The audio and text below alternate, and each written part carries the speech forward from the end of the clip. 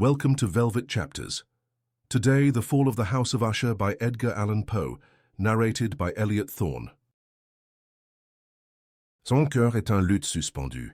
Sitôt qu'on le touche, il résonne. De Béranger. During the whole of a dull, dark and soundless day in the autumn of the year, when the clouds hung oppressively low in the heavens, I had been passing alone, on horseback, through a singularly dreary tract of country, and at length found myself, as the shades of the evening drew on, within view of the melancholy House of Usher. I know not how it was, but with the first glimpse of the building, a sense of insufferable gloom pervaded my spirit. I say insufferable, for the feeling was unrelieved by any of that half-pleasurable, because poetic sentiment with which the mind usually receives even the sternest natural images of the desolate or terrible. I looked upon the scene before me, upon the mere house and the simple landscape features of the domain, upon the bleak walls, upon the vacant eye-like windows, upon a few rank sedges, and upon a few white trunks of decayed trees, with an utter depression of soul which I can compare to no earthly sensation more properly than to the after-dream of the reveller upon opium, the bitter lapse into everyday life, the hideous dropping off of the veil. There was an iciness, a sinking, a sickening of the heart, an unredeemed dreariness of thought which no goading of the imagination could torture into aught of the sublime. What was it?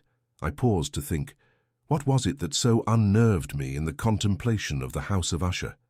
It was a mystery all insoluble, nor could I grapple with the shadowy fancies that crowded upon me as I pondered.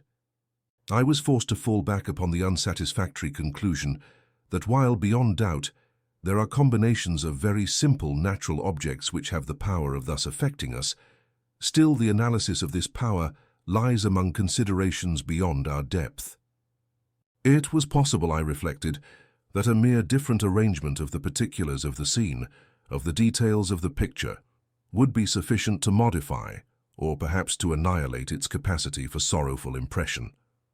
And acting upon this idea, I reined my horse to the precipitous brink of a black and lurid tarn that lay in unruffled lustre by the dwelling, and gazed down, but with a shudder even more thrilling than before, upon the remodelled and inverted images of the grey sedge, and the ghastly tree stems, and the vacant and eye-like windows. Nevertheless, in this mansion of gloom, I now proposed to myself a sojourn of some weeks. Its proprietor, Roderick Usher, had been one of my boon companions in boyhood, but many years had elapsed since our last meeting. A letter, however, had lately reached me in a distant part of the country, a letter from him, which, in its wildly importunate nature, had admitted of no other than a personal reply. The MS gave evidence of nervous agitation.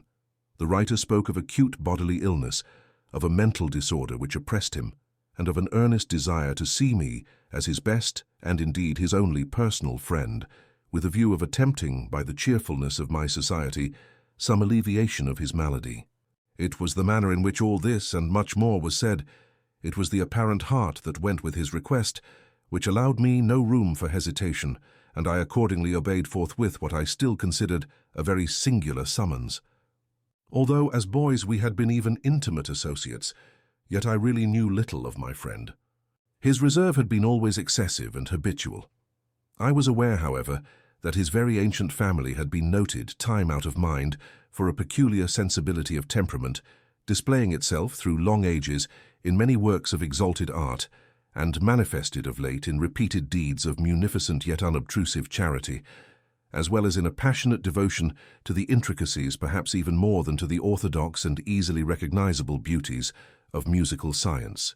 I had learned, too, the very remarkable fact that the stem of the Usher race, all time-honored as it was, had put forth at no period any enduring branch. In other words, that the entire family lay in the direct line of descent, and had always, with very trifling and very temporary variations, so lain. It was this deficiency, I considered, while running over in thought the perfect keeping of the character of the premises with the accredited character of the people, and while speculating upon the possible influence which the one, in the long lapse, of centuries might have exercised upon the other. It was this deficiency, perhaps of collateral issue, and the consequent undeviating transmission from sire to son of the patrimony with the name, which had, at length, so identified the two as to merge the original title of the estate in the quaint and equivocal appellation of the House of Usher, an appellation which seemed to include, in the minds of the peasantry who used it, both the family and the family mansion. I have said that the sole effect of my somewhat childish experiment, that of looking down within the tarn, had been to deepen the first singular impression. There can be no doubt that the consciousness of the rapid increase of my superstition, for why should I not so term it, served mainly to accelerate the increase itself. Such, I have long known, is the paradoxical law of all sentiments having terror as a basis. And it might have been for this reason only, that when I again uplifted my eyes to the house itself, from its image in the pool, there grew in my mind a strange fancy, a fancy so ridiculous indeed that I but mention it to show the vivid force of the sensations which oppressed me. I had so worked upon my imagination as really to believe that about the whole mansion and domain there hung an atmosphere peculiar to themselves and their immediate vicinity, an atmosphere which had no affinity with the air of heaven, but which had reeked up from the decayed trees and the grey wall and the silent tarn, a pestilent and mystic vapour, dull, sluggish, faintly discernible, and leaden-hued. Shaking off from my spirit what must have been a dream, I scanned more narrowly the real aspect of the building. Its principal feature seemed to be that of an excessive antiquity. The discoloration of ages had been great. Minute fungi overspread the whole exterior, hanging in a fine tangled webwork from the eaves. Yet all this was apart from any extraordinary dilapidation. No portion of the masonry had fallen, and there appeared to be a wild inconsistency between its still perfect adaptation of parts and the crumbling condition of the individual stones. In this, there was much that reminded me of the specious totality of old woodwork, which has rotted for long years in some neglected vault, with no disturbance from the breath of the external air. Beyond this indication of extensive decay, however, the fabric gave little token of instability. Perhaps the eye of a scrutinizing observer might have discovered a barely perceptible fissure which, extending from the roof of the building in front, made its way down the wall in a zigzag direction until it became lost in the sullen waters of the tarn. Noticing these things, I rode over a short causeway to the house.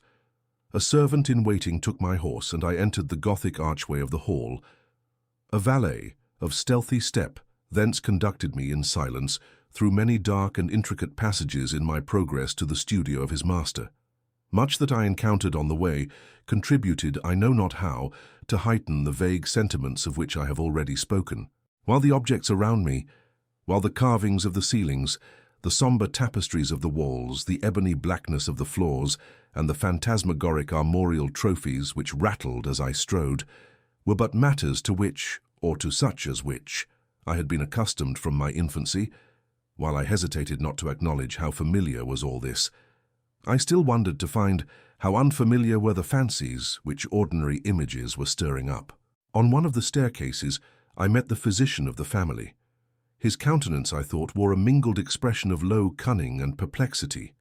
He accosted me with trepidation and passed on. The valet now threw open a door and ushered me into the presence of his master. The room in which I found myself was very large and lofty. The windows were long, narrow, and pointed, and at so vast a distance from the black oaken floor as to be altogether inaccessible from within. Feeble gleams of encrimsoned light made their way through the trellised panes, and served to render sufficiently distinct the more prominent objects around. The eye, however, struggled in vain to reach the remoter angles of the chamber or the recesses of the vaulted and fretted ceiling. Dark draperies hung upon the walls. The general furniture was profuse, comfortless, antique, and tattered. Many books and musical instruments lay scattered about, but failed to give any vitality to the scene.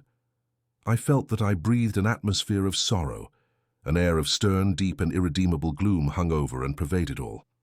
Upon my entrance, Usher rose from a sofa on which he had been lying at full length, and greeted me with a vivacious warmth which had much in it, I at first thought, of an overdone cordiality, of the constrained effort of the ennuyé man of the world. A glance, however, at his countenance convinced me of his perfect sincerity. We sat down, and for some moments, while he spoke not, I gazed upon him with a feeling half of pity, half of awe. Surely man had never before so terribly altered in so brief a period as had Roderick Usher. It was with difficulty that I could bring myself to admit the identity of the man being before me with the companion of my early boyhood. Yet the character of his face had been at all times remarkable. A cadaverousness of complexion, an eye large, liquid, and luminous beyond comparison, lips somewhat thin and very pallid, but of a surpassingly beautiful curve, a nose of a delicate Hebrew model, but with a breadth of nostril unusual in similar formations, a finely moulded chin speaking, in its want of prominence, of a want of moral energy, hair of a more than web-like softness and tenuity. These features, with an inordinate expansion above the regions of the temple, made up altogether a countenance not easily to be forgotten. And now, in the mere exaggeration of the prevailing character of these features, and of the expression they were wont to convey, lay so much of change that I doubted to whom I spoke.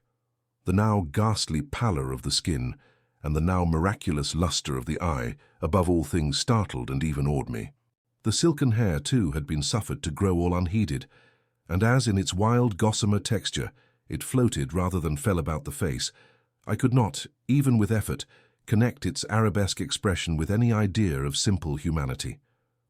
In the manner of my friend, I was at once struck with an incoherence, an inconsistency, and I soon found this to arise from a series of feeble and futile struggles to overcome an habitual trepidancy, an excessive nervous agitation.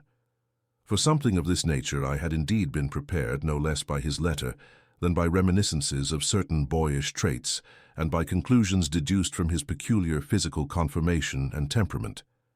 His action was alternately vivacious and sullen. His voice varied rapidly from a tremulous indecision, when the animal spirit seemed utterly in abeyance, to that species of energetic concision, that abrupt, weighty, unhurried, and hollow-sounding enunciation, that leaden, self-balanced, and perfectly modulated guttural utterance, which may be observed in the lost drunkard or the irreclaimable eater of opium during the periods of his most intense excitement.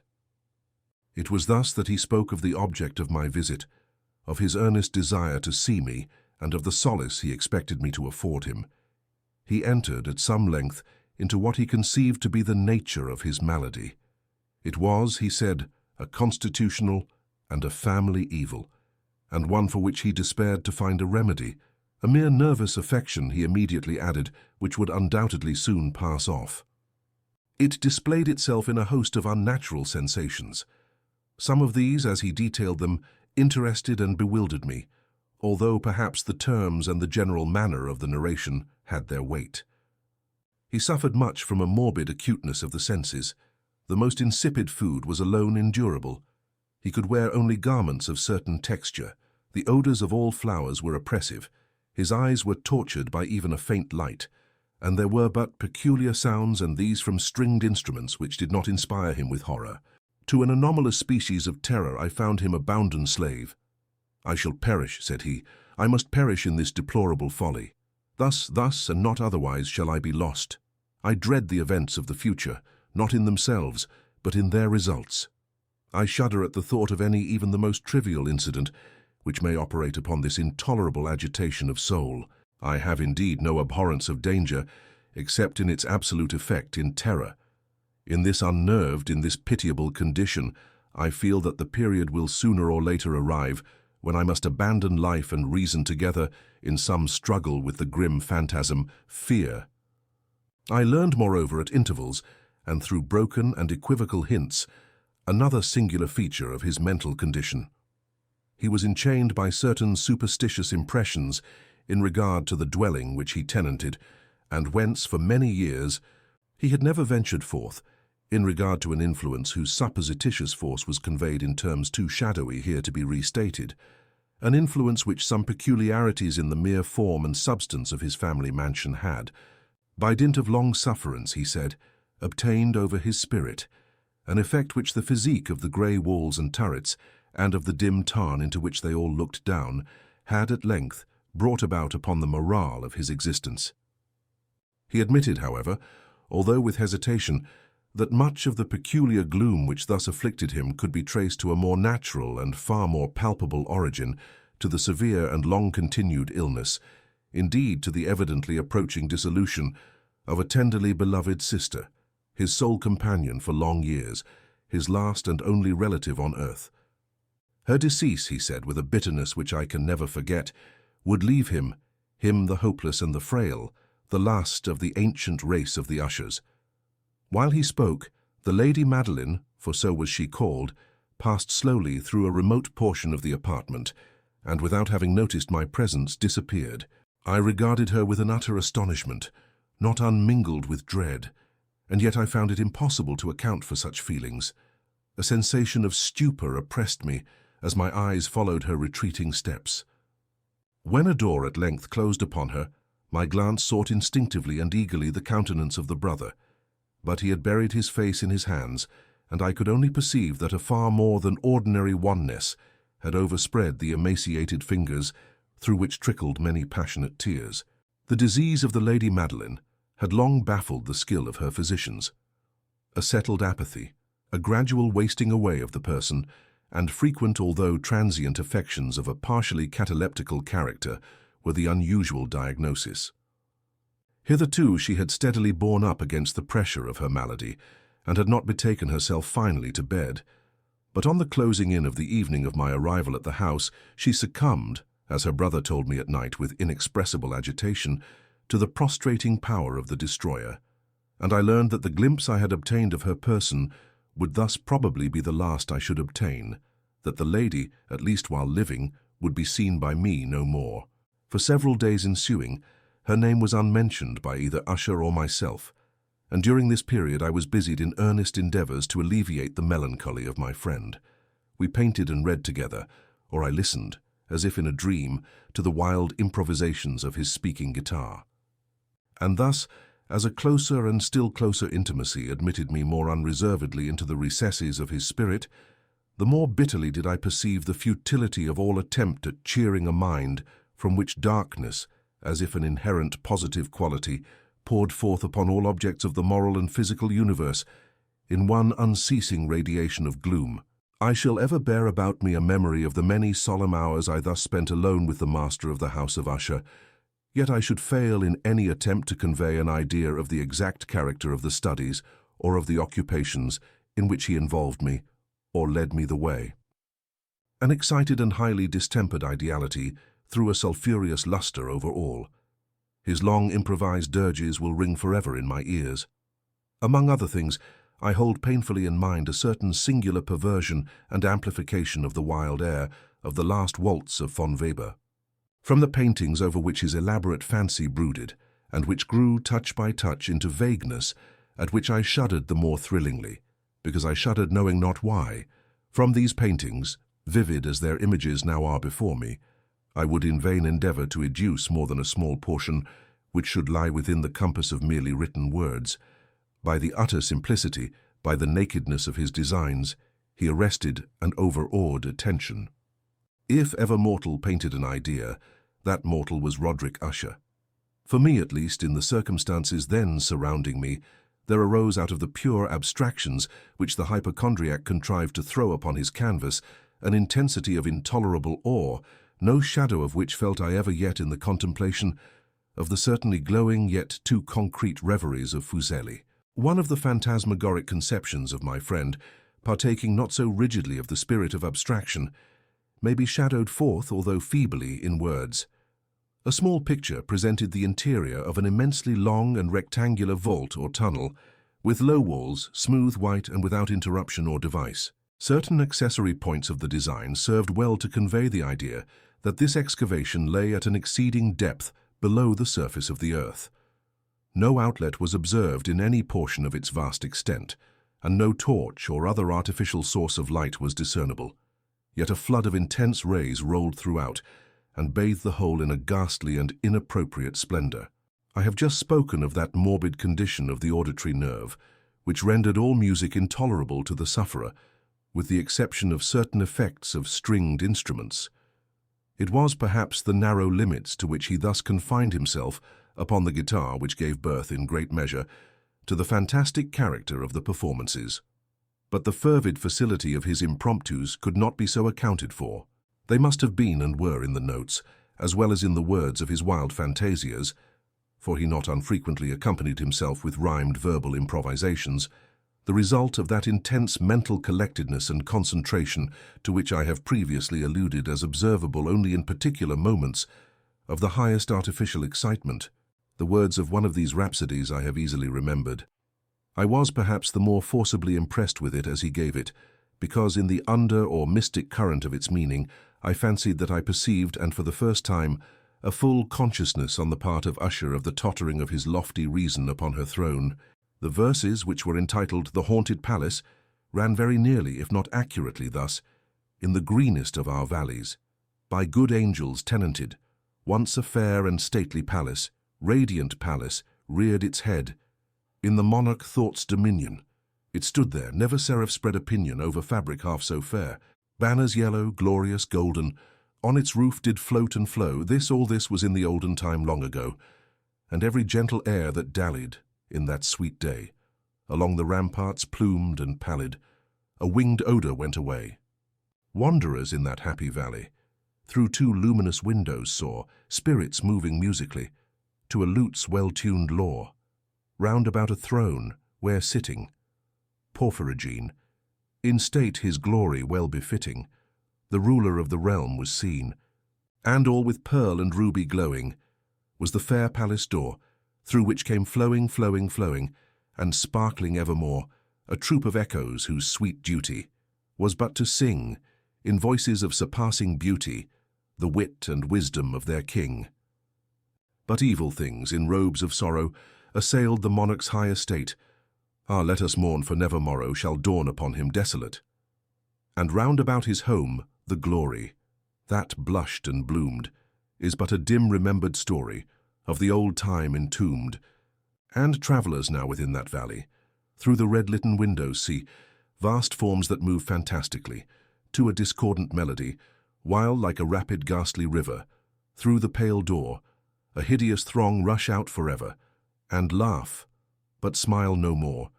I well remember that suggestions arising from this ballad led us into a train of thought, wherein there became manifest an opinion of Usher's, which I mention not so much on account of its novelty, for other men have thought thus, as on account of the pertinacity with which he maintained it.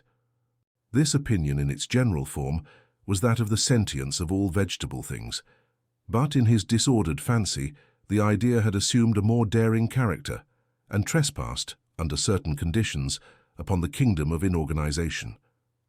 I lack words to express the full extent or the earnest abandon of his persuasion. The belief, however, was connected, as I have previously hinted, with the grey stones of the home of his forefathers. The conditions of the sentience had been here, he imagined, fulfilled in the method of collocation of these stones, in the order of their arrangement, as well as in that of the many fungi which overspread them, and of the decayed trees which stood around, above all in the long undisturbed endurance of this arrangement, and in its reduplication in the still waters of the Tarn. Its evidence, the evidence of the sentience, was to be seen, he said, and I here started as he spoke, in the gradual yet certain condensation of an atmosphere of their own about the waters and the walls. The result was discoverable, he added, in that silent yet importunate and terrible influence which for centuries had moulded the destinies of his family, and which made him what I now saw him, what he was.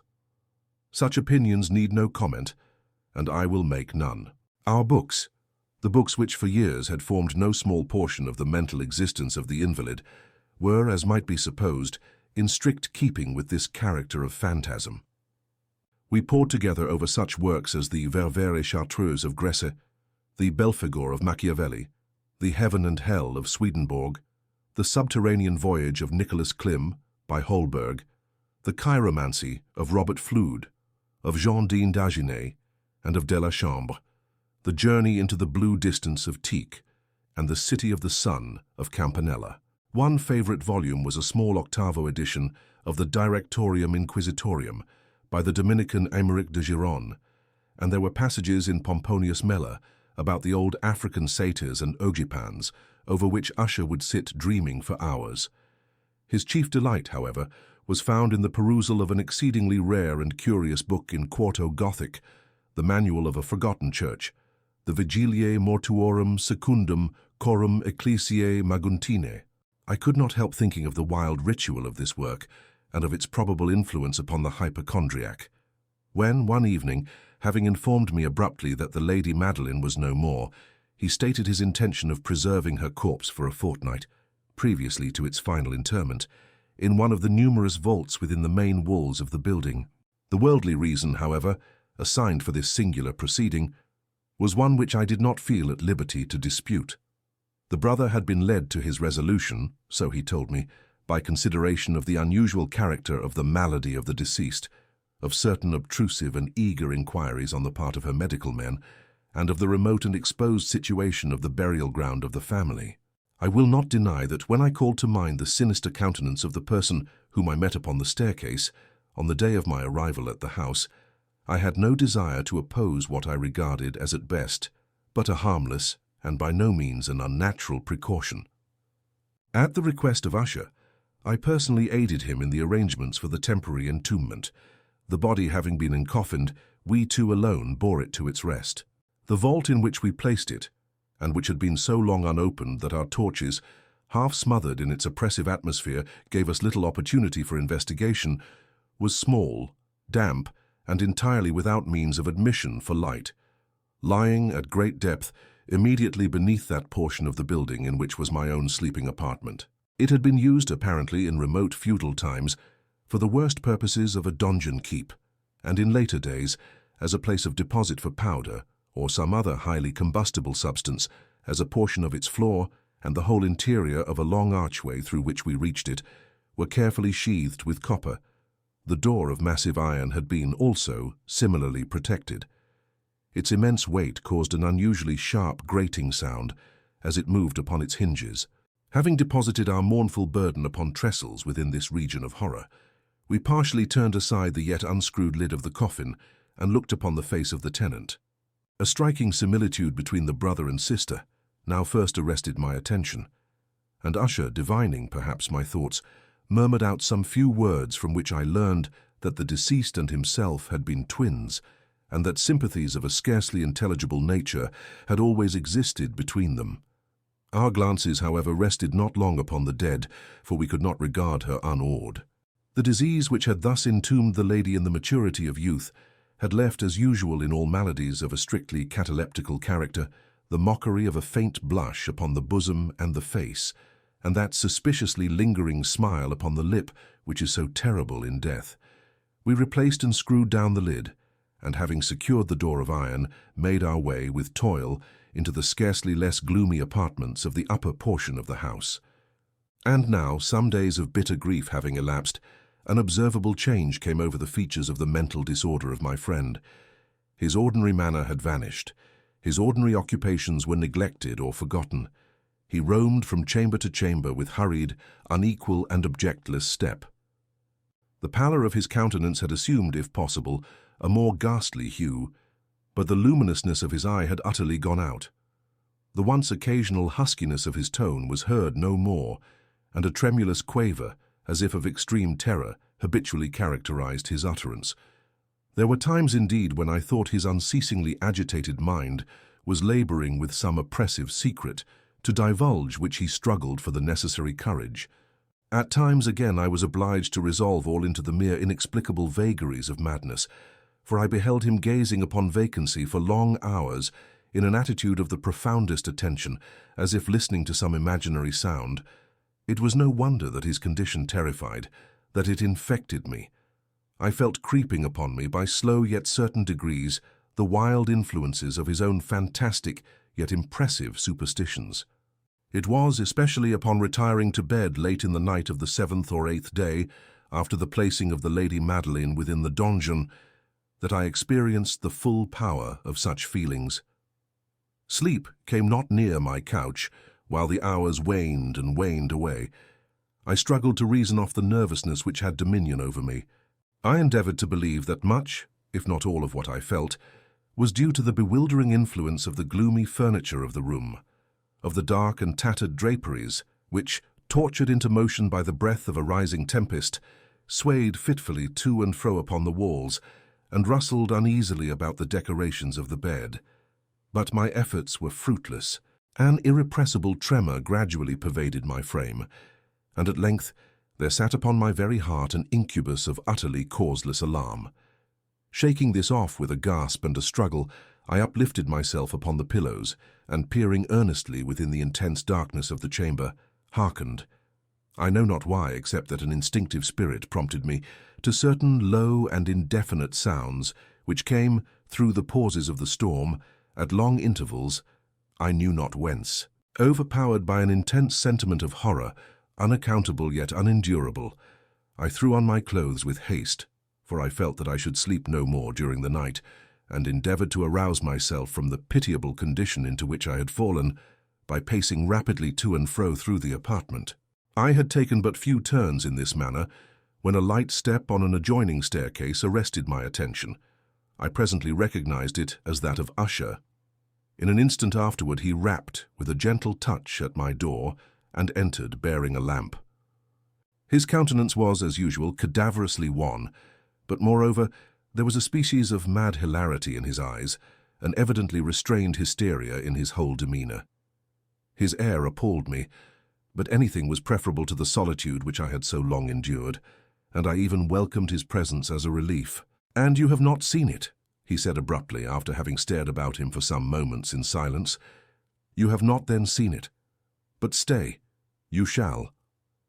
Thus speaking, and having carefully shaded his lamp, he hurried to one of the casements and threw it freely open to the storm. The impetuous fury of the entering gust nearly lifted us from our feet. It was indeed a tempestuous yet sternly beautiful night, and one wildly singular in its terror and its beauty.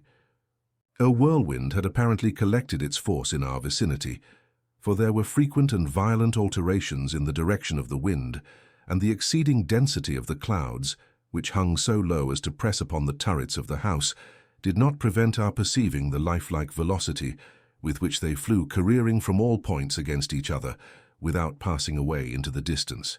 I say that even their exceeding density did not prevent our perceiving this.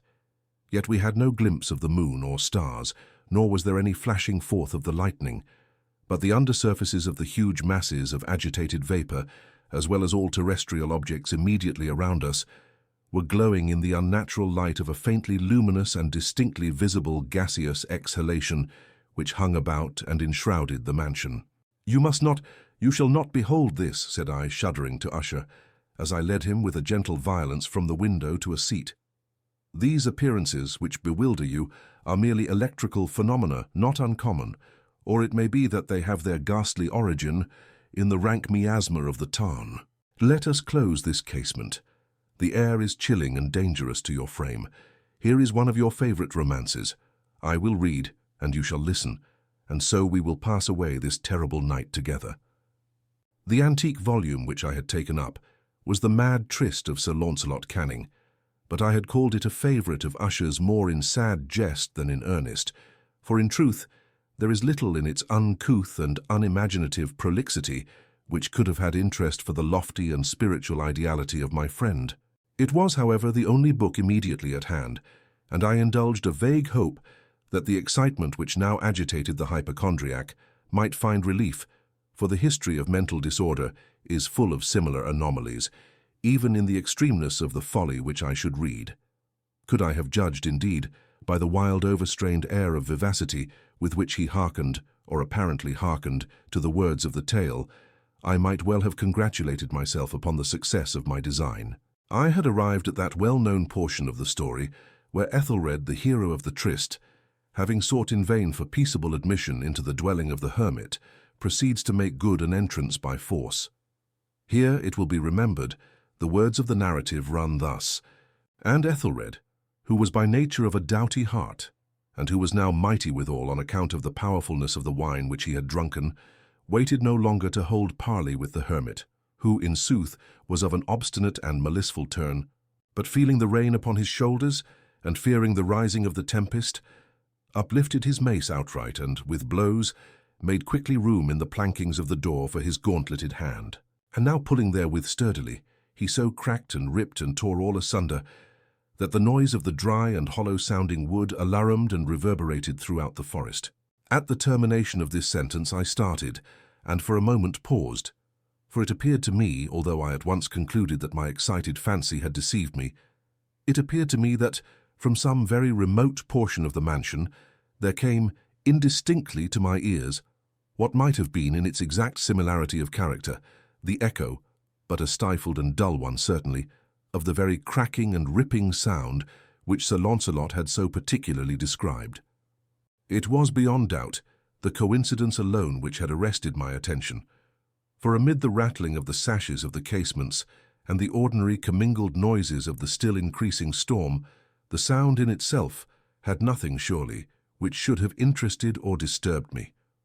I continued the story, but the good champion Ethelred, now entering within the door, was sore enraged and amazed to perceive no signal of the maliceful hermit, but, in the stead thereof, a dragon of a scaly and prodigious demeanour, and of a fiery tongue, which sat in guard before a palace of gold with a floor of silver, and upon the wall there hung a shield of shining brass with this legend enwritten: "Who entereth herein, a conqueror hath been. Who slayeth the dragon, the shield he shall win." And Ethelred uplifted his mace, and struck upon the head of the dragon which fell before him, and gave up his pesty breath with a shriek so horrid and harsh, and withal so piercing, that Ethelred had fain to close his ears with his hands against the dreadful noise of it, the like whereof was never before heard.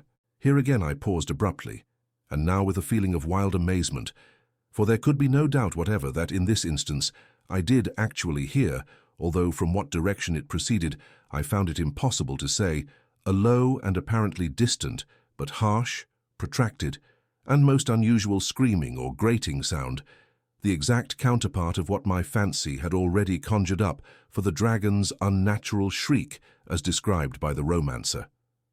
Oppressed as I certainly was, upon the occurrence of this second and most extraordinary coincidence, by 1,000 conflicting sensations, in which wonder and extreme terror were predominant, I still retained sufficient presence of mind to avoid exciting by any observation the sensitive nervousness of my companion. I was by no means certain that he had noticed the sounds in question, although assuredly a strange alteration had, during the last few minutes, taken place in his demeanour. From a position fronting my own, he had gradually brought round his chair so as to sit with his face to the door of the chamber, and thus I could but partially perceive his features, although I saw that his lips trembled as if he were murmuring inaudibly. His head had dropped upon his breast, yet I knew that he was not asleep from the wide and rigid opening of the eye as I caught a glance of it in profile.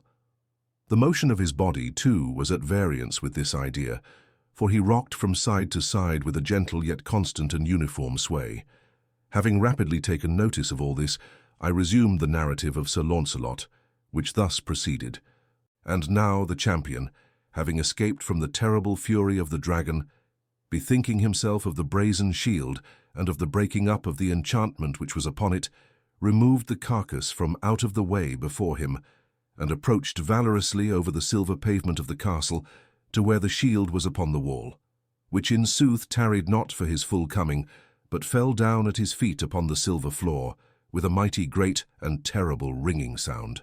No sooner had these syllables passed my lips than, as if a shield of brass had indeed at the moment fallen heavily upon a floor of silver, I became aware of a distinct, hollow, metallic and clangorous, yet apparently muffled reverberation.